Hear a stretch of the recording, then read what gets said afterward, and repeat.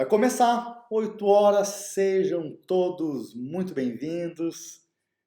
Que bacana, vamos começar aí uma nova tentativa de resolver as questões da prova de direito tributário lá do exame da OAB.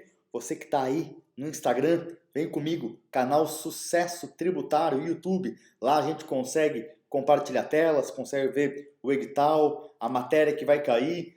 A gente vai dar uma olhadinha também num gráfico, né? Numa situação que eu gosto muito de usar para resolver qualquer tipo de problema tributário. Então, para isso vai ser bem bacana ter o visual da nossa aula. Então, canal Sucesso Tributário já está no ar, já começou, tem uma galerinha lá, vem comigo. O chat está rolando, se tiver alguma dúvida, pode perguntar aquilo pelo Insta, pode perguntar pelo bate-papo aqui do YouTube mesmo. E nós vamos começar, galera, vamos começar então.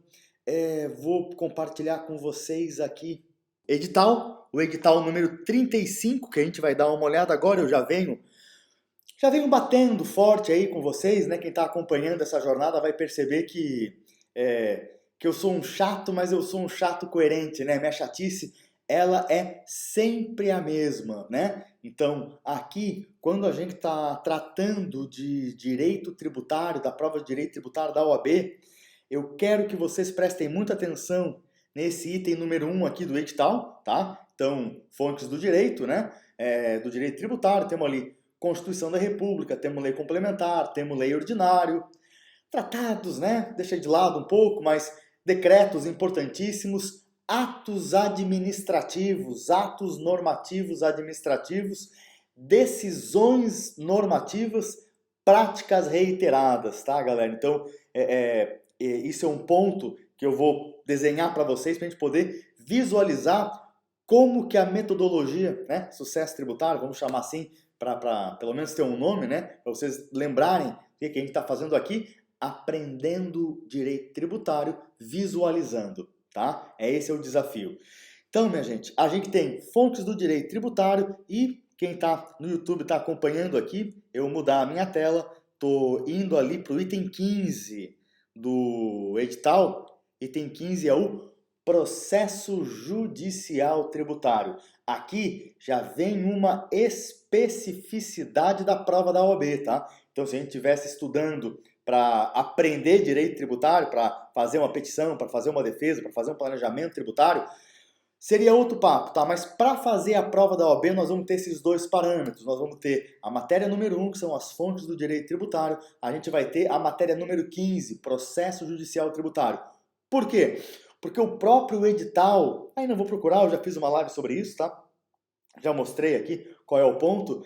O edital, ele exige que o candidato, quando vai fazer a prova de direito tributário, que ele conheça a jurisprudência dos tribunais superiores. Então, que tem um balizamento, né? Não poderia ser de outra forma. É por isso que eu geralmente comento que a prova que a FGV faz para o exame da OAB é muito bacana, é uma prova muito bem feita. E hoje nós vamos tentar resolver uma questão, e é uma questão, vamos dizer assim, de forma bem ampla, tá? Aliás, de repente, né, já vamos para o que interessa.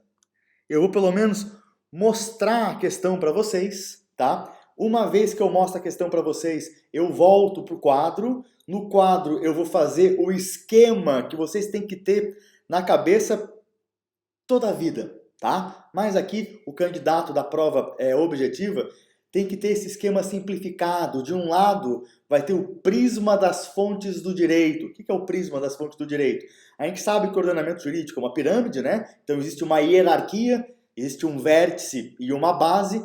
Quando a gente fala dessa hierarquia, geralmente a gente associa ao poder legislativo, Constituição Federal, lei complementar, lei ordinária. Se ligou? Que a gente acabou de ver no edital, é exatamente o que pede a prova. Só que o edital também fala dos atos normativos, das decisões, das práticas reiteradas. Então, o que a gente está fazendo? A gente já está numa outra face da nossa pirâmide do sucesso tributário, que é a face do poder executivo. Lá nós vamos ter as instruções normativas, lá nós vamos ter as soluções de consultas, lá nós vamos ter as decisões dos tribunais administrativos, vamos chamar assim, né? Eu sempre, por prática, vou me referir ao CARF, Conselho Administrativo de Recursos Fiscais da Esfera Federal. De repente aí é uma forma mais fácil da gente conversar, porque tem galera do Paraná, tem galera do Pará. Então, se a gente falar das questões federais, a gente consegue aplicar essa metodologia de forma mais geral. Poxa, então, muito bem. A gente tem os atos do Poder Legislativo, Constituição, Lei Complementar. Já vou começar a dizer, Lei Complementar, ó, Código Tributário Nacional. No papel, galera, claro, né? Nem tudo é digital. Vou usar ele para vocês verem como é que funciona, né, o nosso dia a dia.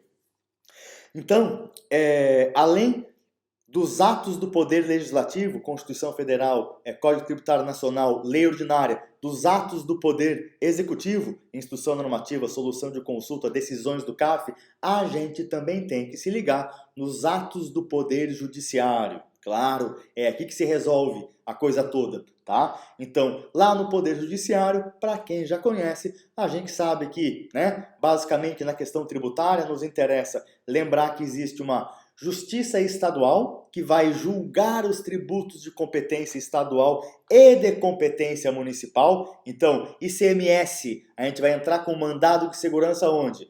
Na esfera judicial estadual. IPTU, tributo municipal, na esfera judicial também estadual. E do imposto de renda, aí mudou. A gente vai ter que ir lá para a Justiça Federal, tá, galera? Então, temos duas esferas judiciais, federal e estadual. A estadual comporta tributos estaduais, claro, e também tributos municipais.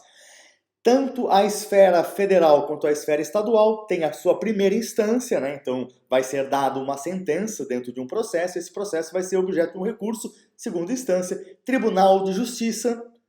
Estamos falando aí de Justiça Estadual, IPTU, o ITBI, por exemplo, né? As discussões que nós temos sobre o ITBI estão sendo discutidas em sede de tribunais de justiças. E como é que funciona no imposto de renda? Tribunal Regional Federal, tá? Então tem aí as regiões, aqui onde eu estou, a 4ª região, o tribunal fica em Porto Alegre, né? Então quando a gente quer recorrer, não é em Florianópolis, onde eu estou, é lá em Porto Alegre. Esse é o prisma, essa é a pirâmide com 3 lados, né, das fontes do direito tributário que tem que estar na cabeça de vocês. Lá do outro lado, o que vai ter? No final da reta que a gente vai ver, da linha de raciocínio, a gente vai ter, portanto, os atos do Poder Judiciário, a matéria número 15 do edital. Galerinha, vamos lá. Deixa eu colocar aqui para ver se todo mundo consegue acompanhar a leitura. Essa aqui é a prova, é o 6º exame da OAB. Então, olha como é que é composta a questão. A empresa ABC ingressou com medida judicial. Pô, tenho batido isso bastante, tá? A matéria 15, ela vai aparecer demais nas questões, tá? De forma expressa ou de forma implícita. Aqui, poxa, de forma expressa. Ingressou com medida judicial destinada a questionar a incidência da contribuição social sobre o lucro. E aí, estudante de direito? Que tributo é esse? Que competência é isso? É federal, é estadual, né? Então, só para lembrar, contribuição social sobre o lucro é uma irmã, uma prima, vamos dizer assim, do imposto de renda da competência federal. Então, estamos em sede federal, estamos falando de Justiça Federal. Em sede de exame liminar, o juiz concedeu a medida liminar para que a empresa não recolhesse mais a contribuição. Então, o que aconteceu? O sujeito entrou com uma medida judicial, o juiz analisou, em que não vai ver agora o procedimento do mandado de segurança, é uma aula à parte, tá? Isso é resolução de questão. Então, se pressupõe que essas 15 matérias a gente está dominando, né? Então, entramos com uma medida judicial e o juiz disse, olha, até que o que esse cara está dizendo faz sentido. Vou entrar nessa conversa mole do advogado e eu vou conceder a medida judicial, porque, pelo menos aparentemente, nas provas dos autos, está demonstrado a fumaça do bom direito e o perigo na demora, né, da prestação dessa medida judicial. Então, legal, o juiz deu a medida liminar. Pô, vamos lembrar disso, né? Em sede liminar, concedeu para que a empresa não recolhesse a contribuição. Durante a vigência da medida judicial, a Receita Federal iniciou procedimento de fiscalização. visando a cobrança da contribuição social não recolhida naquele tributo, naquele período, tá? Com base no relatado acima, assinale a alternativa correta. Muito bem. Vamos trocar aqui, vamos entrar no nosso caderno. Então, estamos aqui no caderninho de resoluções de questões, exame da OAB, Direito Tributário. Sejam muito bem-vindos. Esse aqui é o início do gráfico que eu preciso que vocês lembrem, que eu preciso que vocês meio que decorem. Então, não se assustem, tá? Eu vou aumentar aqui a nossa tela. Então, a gente passa para o ponto número 1, fontes do direito tributário. O que eu tenho falado para vocês a respeito das fontes do direito tributário? Existe um prisma. Então, quando se fala em hierarquia, em direito tributário, ordenamento jurídico, a gente sempre pensa no que se chama de a pirâmide de Kelsen, né? Pô, tem alguma galerinha da contabilidade aí, meio sofredora, meio jogou pedra na cruz, está me assistindo? Paciência, né? Então, hoje é um papo bem com o pessoal do direito. O pessoal do direito, quando entra na faculdade, é apresentado por um sujeito fantástico chamado Hans Kelsen. É o cara que fez do direito uma ciência, deu a ela uma metodologia. Por quê? Porque, de forma claro, arbitrária, disse que o objeto da ciência do direito é o ordenamento jurídico. Quando a gente estuda na faculdade ordenamento jurídico, a gente vai ver a lei, a Constituição Federal, a gente vai ver a lei complementar, a gente vai ver a lei ordinária. Temos visto bastante isso. E eu comentei com vocês também, vou até mudar a cor, tentar fazer uma graça aqui. Temos uma outra aresta, que esse aqui é o poder executivo. Quando vocês estiverem com a carteirinha na mão, trabalhando dentro do direito tributário na prática, vão ver que o Poder Executivo é um excelente local para trabalhar, para ganhar um dinheiro. Por quê? Porque aqui dentro a gente vai ter as soluções de consulta e as decisões do CARF. E os seus correspondentes lá nos estados. E para finalizar, então, temos aqui também uma última aresta, que é o Poder Judiciário. Muito bem, aqui, poder legislativo. O que fala a questão que a gente está analisando? Que uma empresa entrou com uma medida liminar, ok? Então, vou mostrar para vocês aqui. A empresa ABC, ela foi lá no fórum, entrou com mandado de segurança, pediu uma medida liminar e o juiz concedeu. Para quê? Para que não se pague a contribuição social sobre o lucro. Receita Federal ficou olhando aquilo acontecendo e ficou preocupada com o quê, galera? O que está a preocupação, né? Porque você pode estar pensando, poxa, mas vem cá. Se eu tenho uma medida judicial me permitindo não pagar, por que a Receita Federal ela foi lá fiscalizar esse contribuinte? Imagina o seguinte, que esse processo judicial demora 10 anos para se resolver. Lá no 10º ano, quem é que estava certa? A Receita Federal. A Receita Federal ela pode retroagir esses 10 anos e constituir o crédito tributário para daí cobrar essa CSL? Não vai poder porque transcorreu o prazo de decadência. É uma sopa de palavra para a gente conseguir entender isso, né? Por isso que eu gosto bastante de, dentro do nosso desenho das fontes do direito tributário, o que eu vou destacar aqui como atos do Poder Legislativo? Eu vou destacar uma lei complementar, que é o Código Tributário Nacional, tá? Então, a gente vai abrir o Código Tributário Nacional. Estou abrindo aqui, tomando uma aguinha. Eu estou indo lá para o artigo 142 do CTN.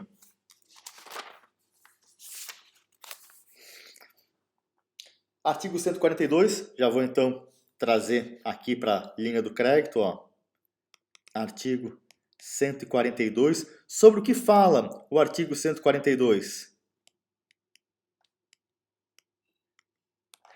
Lançamento tributário, tá? Então, para a gente poder resolver essa questão que acabamos de ler, daqui a pouco eu já volto a gente ler novamente, a gente vai ter que, vamos lá, primeiro, se ligar em fontes do direito. Na questão, existe, então, a previsão de, no enunciado, medida liminar concedida, Então, a medida liminar concedida disse que a empresa não precisava mais recolher aquela contribuição social sobre o crédito. Então, a gente está falando, né, sobre constituição de crédito tributário. O crédito tributário ele é constituído através do lançamento.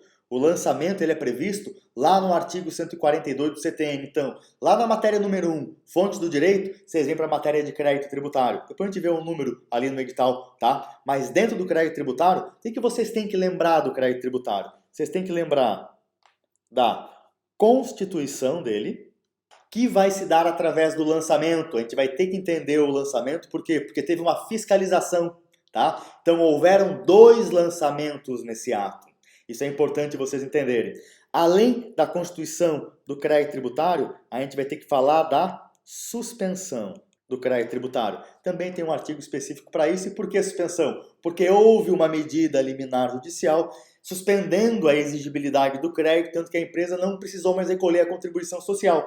Isso é uma forma de suspender o crédito tributário. São 6 incisos, né, que vão falar das formas de suspensão. Essa é uma delas. O que mais que a gente tem que entender, lembrar quando formos fazer a prova? Porque assim, tem que ter isso na cabeça que daí fica fácil resolver a questãozinha que se colocou. A gente tem que entender da extinção do crédito tributário.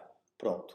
Constituição, suspensão e extinção do crédito tributário. O que tem interessante na questão da constituição do crédito tributário? Primeiro, o lançamento que a contribuição social sobre o lucro está submetido é o lançamento por homologação. Ah, como é que eu sei que a contribuição social está submetida ao lançamento por homologação? Pô, tem que estudar. Fazer a prova se requer o quê? Conhecimento prévio, tá?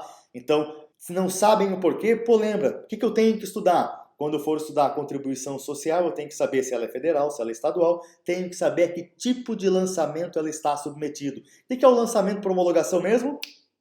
Lançamento por homologação é quando o próprio contribuinte tem a obrigação de informar a base de cálculo, a alíquota, o sujeito ativo, o sujeito passivo, né? E as outras variantes determinantes do tributo. Maravilha? Tributo a gente já conhece. Matéria número 2, já conversamos, né? Então, faz parte desse nosso background trabalhar com esses conceitos prévios. O que está acontecendo na questão, tá? A questão fala que quando a gente entrou com um mandado de segurança e conseguimos suspender a exigibilidade do crédito da contribuição social, portanto, uma medida de suspensão da exigibilidade do crédito, a Receita Federal veio e nos fiscalizou. Gente, vamos lá, né? Brincadeiras à parte, tá? Só para dar uma quebrada. Fiscalizar é coisa, né, de criancinha, né? O que a Receita Federal veio fazer é lançar de ofício.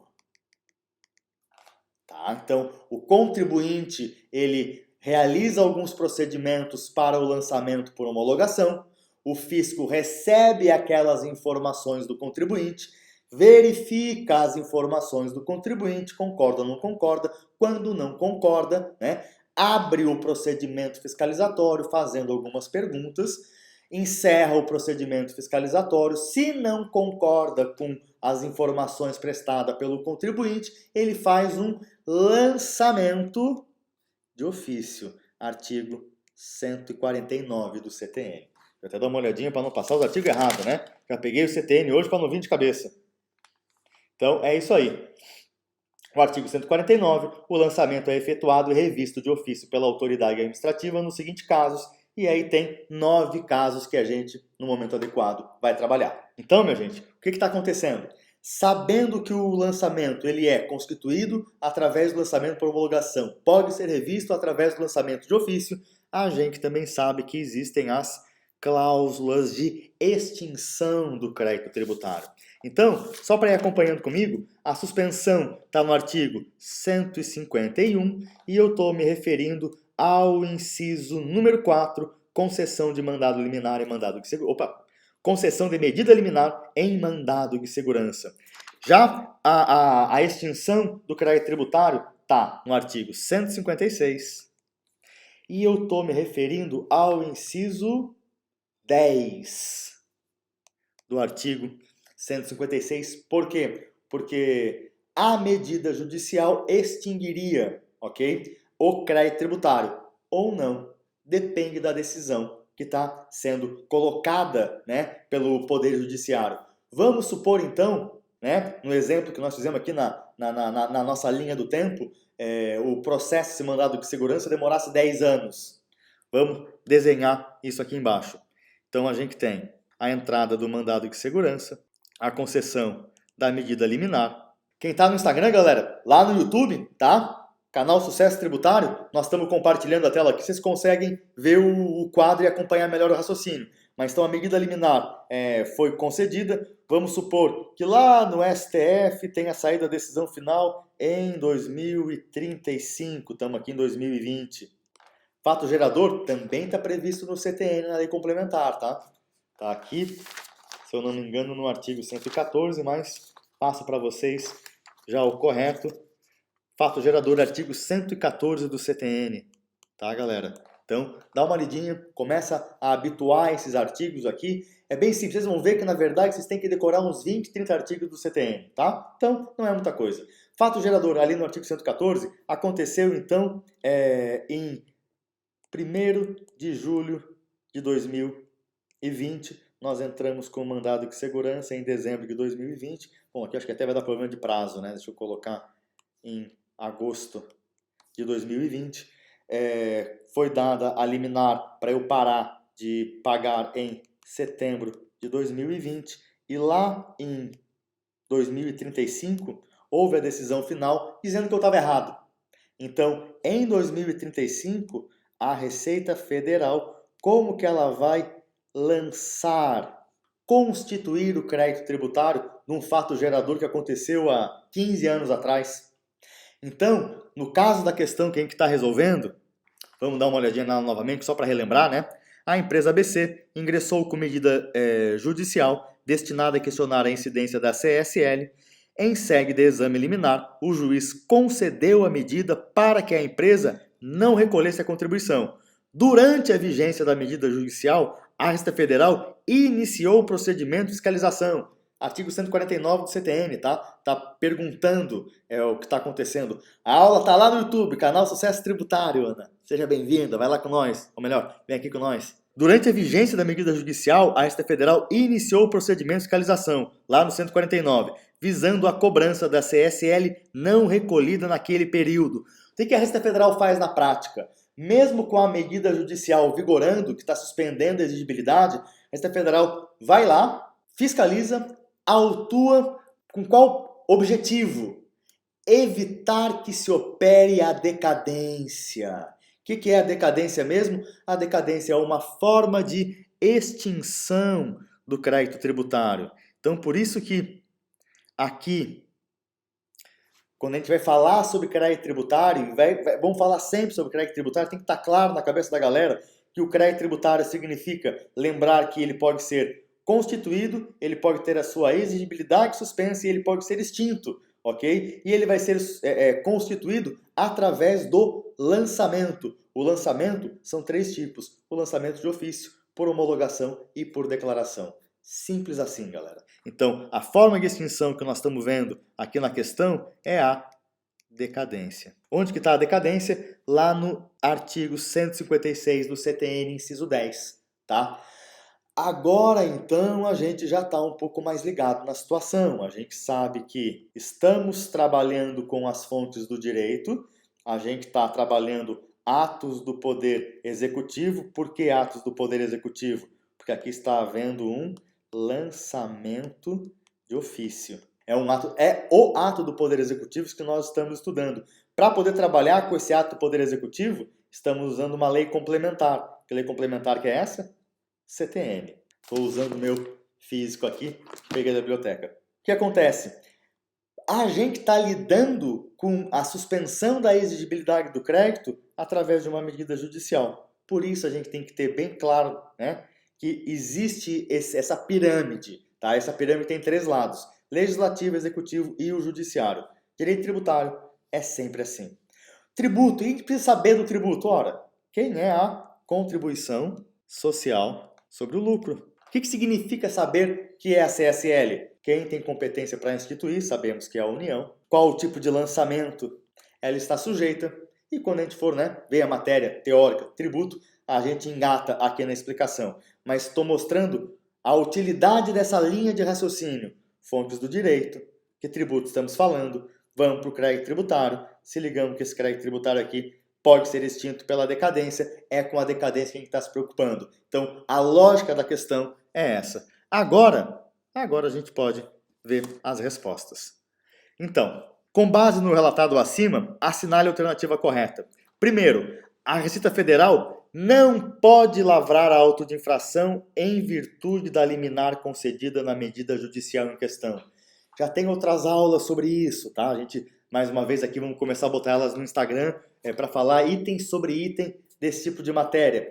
Mas na real, a Receita Federal, como a gente vai ver, tá? Pode sim lançar o tributo mesmo com uma medida judicial. Por quê? Porque a medida judicial ela suspende a exigibilidade do crédito, não suspende a possibilidade de constituir o crédito. A Receita Federal então vai constituir o crédito e a exigibilidade estará suspensa. Tá, galera? Item B. A Receita Federal pode lavrar o auto de infração, mas somente com a exigibilidade suspensa para prevenir a decadência. Pô, exatamente. Essa é a resposta correta. E aí, temos ali a resposta C, né? A empresa ABC, diante da abertura do procedimento de fiscalização, pode solicitar ao juiz nova medida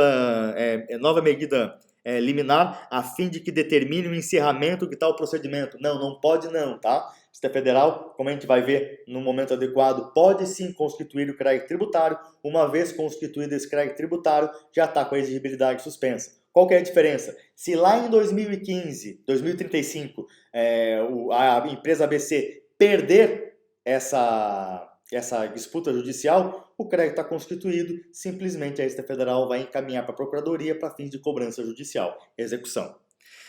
A Receita Federal pode lavrar a auto de infração, já que a medida liminar possui caráter provisório. Ela pode lavar o auto de infração, tá? Então isso é uma afirmativa correta. Olha que interessante. A medida liminar possui caráter provisório. Também está correto.